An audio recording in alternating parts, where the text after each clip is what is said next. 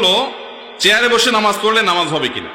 সারা বাংলাদেশে যে কয়েকটা প্রশ্ন ঘুরে ফিরে সবচেয়ে বেশি আসে, এই প্রশ্নটা তার মধ্যে একটা। কারণ হলো আজকাল চেয়ারম্যানের সংখ্যা এত বাড়ছে, মসজিদে 10 জন 20 জন 30 জন করে চেয়ারম্যান, মানে চেয়ারম্যান মানে চেয়ারে বসে নামাজ পড়ে আর কি। এখন কি মসজিদ না ওইটা কোনো আকিস প্লাস্টিকের দোকান, এটা বোঝা কঠিন।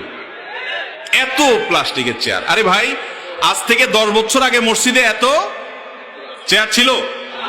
এত মাজা ব্যথার রোগী কোত্থেকে বাড়ছে?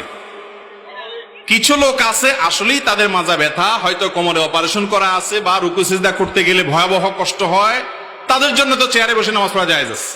কিন্তু কিছু লোক আছে শরীরটা একটু খারাপ লাগলে চেয়ারে বসে নামাজ পড়া শুরু করে দেয়, আছে না নাই?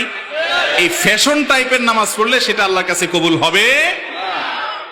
সব জায়গায় ফ্যাশনগিরি দেখালে চলবে না ভাই। আহকামুল হাকিমিনের সামনে আপনি ভাব ধরে বসে বসে নামাজ পড়বেন, এই নামাজ আল্লাহ তাআলা কবুল করবেন না। অতএব সাবধান থাকতে হবে। চেয়ারে বসে নামাজ হবে, শর্ত হলো ওই যে যদি আপনি নিরুপায় হন, আপনি অসুস্থ হন, আপনি অপারগ হন, আপনি মাযুর হন, তাহলে আপনারটা কি আছে, চেয়ারে বসে আদায় করা জায়েজ আছে। আর একটু শরীরটা আজকে খারাপ লাগতেছে, এই জন্য আজকে চেয়ারে বসে গেলাম, জি না, এটা করা যাবে না।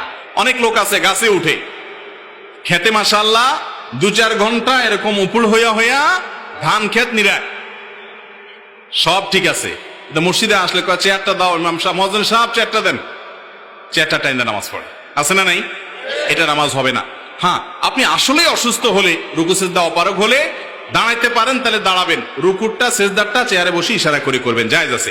আর যদি দাঁড়ানো থেকে বসারও ক্ষমতা নাই, কষ্ট হয়, অনেক গর্ভবতী মা আছেন যে 7-8-9 মাসের দিকে চলে গেলে শরীর এত ভার হয়ে যায়, রিস্ক হয়ে যায় পড়ে যাওয়ার, তারা বসে বা চেয়ারে নামাজ পড়তে পারবেন। এটা হলো মাজুর এবং সত্যিকারের অপারগ ব্যক্তির জন্য। একটু শরীর খারাপ, একটু আজকে ভালো লাগতেছে না, দুর্বল লাগতেছে, আর চেয়ারে বসে নামাজ শুরু করলাম, হবে না।